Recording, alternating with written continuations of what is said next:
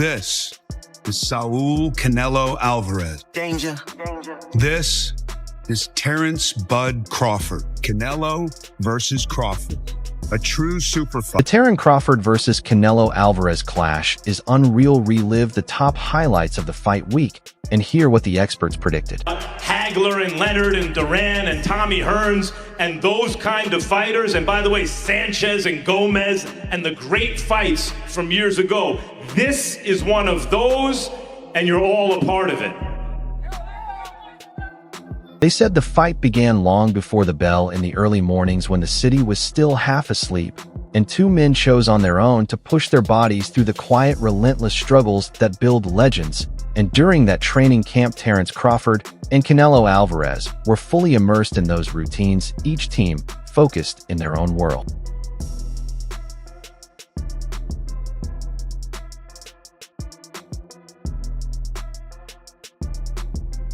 Crawford's preparation looked like a focused transformation as he moved up in weight to face Canelo at super middle. He rebuilt his body with a careful gain that was not just about adding size, but about keeping the slippery speed and precision that had kept him undefeated. His trainers adjusted strength and nutrition, so the extra pounds added to his power. Instead of slowing him down, his sparring was with bigger opponents, and his conditioning was designed to maintain the movement that allowed him to pick his shots and vanish.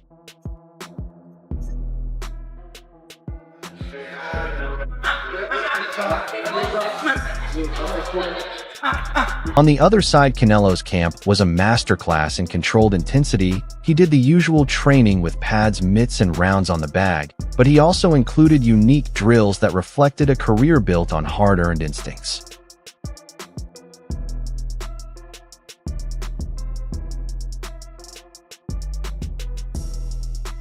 He kicked a soccer ball to keep his feet quick and his vision sharp, and mixed technical drills with moments that showed he was still an elite athlete at 168 pounds. Both camps shared teasers, and the story seemed clear: the compact ring sharpshooter against the veteran championship fighter. But beneath the hype, the daily grind was strikingly similar. For both size and history made the story more complex. Canelo brought weight championship experience and the aura of a man who had faced every challenge. Crawford brought an unbeaten record, ring intelligence, and the hunger to chase a risky win that could place him among the greats on fight night. It would not be the videos or weigh-ins that mattered, but which training turned into moments, the split-second choices, the iron lungs, and the courage to take and give for all the build-up. That is where the fight was truly decided.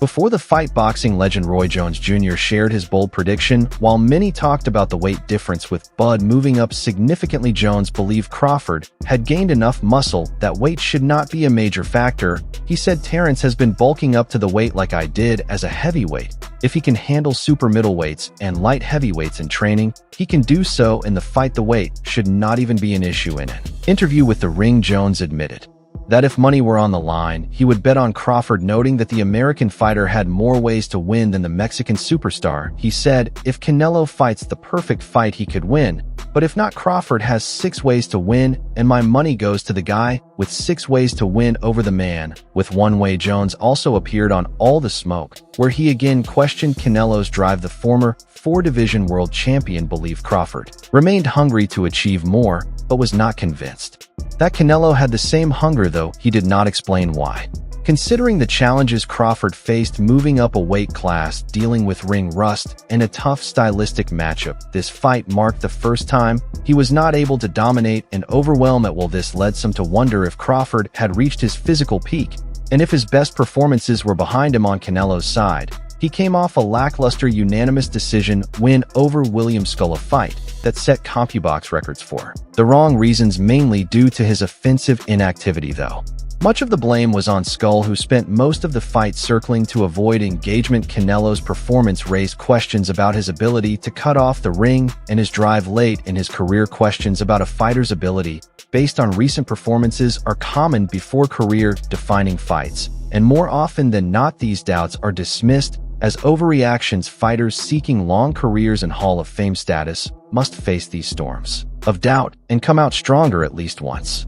Meanwhile, Jeff Horn shared his prediction for Canelo versus Crawford. He remembered Crawford winning his first world welterweight title by knocking Horn out in the 9th round in 2018. Horn believes Canelo will try to start fast and overwhelm Crawford early, but he also sees Bud surviving the early storm, outsmarting Canelo and winning in the later rounds. Horn told Fight Hub TV that the fight would either end early by stoppage for Canelo, who tries to batter Crawford because of size, or Crawford will outthink him, use his boxing skills, tire him out, and possibly finish him later. Horn praised Crawford's accuracy, saying if Crawford can withstand Canelo's early pressure, he could find openings and land good shots, and might tire Canelo out and stop him late in the fight, which is definitely possible.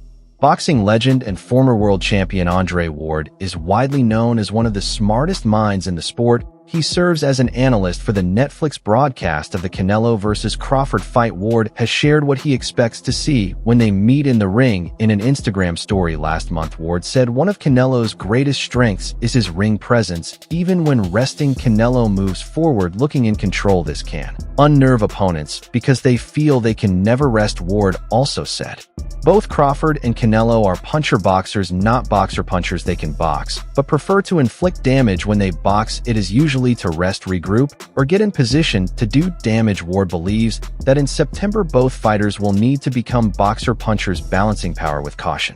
While Ward did not pick a clear winner in his earlier analysis, he made his prediction clear in an August 29th interview with Fight Hype, saying, "I am going with Terence Crawford. It is a big weight jump and a dangerous fight, but someone has to prove they can break Crawford's will, and that he cannot figure it out in the ring. This is not disrespect to Canelo, but I am not betting against Crawford right now. You have to show me you can beat him." Ryan Garcia also shared his views on the August 29th episode of Cigar Talk. He said he believed Bud would land plenty of punches, but did not expect him to win, adding that while Crawford might tag Canelo, those punches would likely have no effect. Bud's gonna do good. He's gonna do good, but I don't think he's gonna win. But I do see Bud like getting a lot of punches off, being able to tag Canelo with some good shots, but they have no effect. That's the thing. He has the best chin that I've ever seen. And nothing moves his head. In his final prediction of how the fight would go, Garcia said Crawford is a great fighter, one of the best, but he thought Crawford might be taking on more than he can handle against Canelo. One of the best. I just think that he's biting a little bit more than he could chew. But you never know. If anybody can do it, it could be Crawford. You know, I do see him like when he fights. I'm like, damn, how do you beat this guy? You know, he could do it all. He could box. He bang. Garcia, who once expected Canelo to win, now seems to be changing his view or realizing that Canelo faces a much tougher challenge than he first thought. Garcia said, "My problem with Canelo is his intensity. He does not have the same intensity he used to have, and that will be the biggest issue for me." Garcia added, "Can he still counterpunch? Yes. Can he still be slick? Yes. But does he have the energy and intensity he had when he was younger, or when he fought Caleb Plant? Honestly, for me, the question is, can he have that second or third effort? Because that is Canelo's problem. When Bivol gave him extra movements and shots, Canelo ended up doing strange defensive moves that put him out of position." That is all from today's video. If you enjoyed it, remember to leave a like, subscribe, and hit the bell icon so you never miss our upcoming videos. And don't forget to share your thoughts in the comments. Stay tuned, and we will catch you in the next one.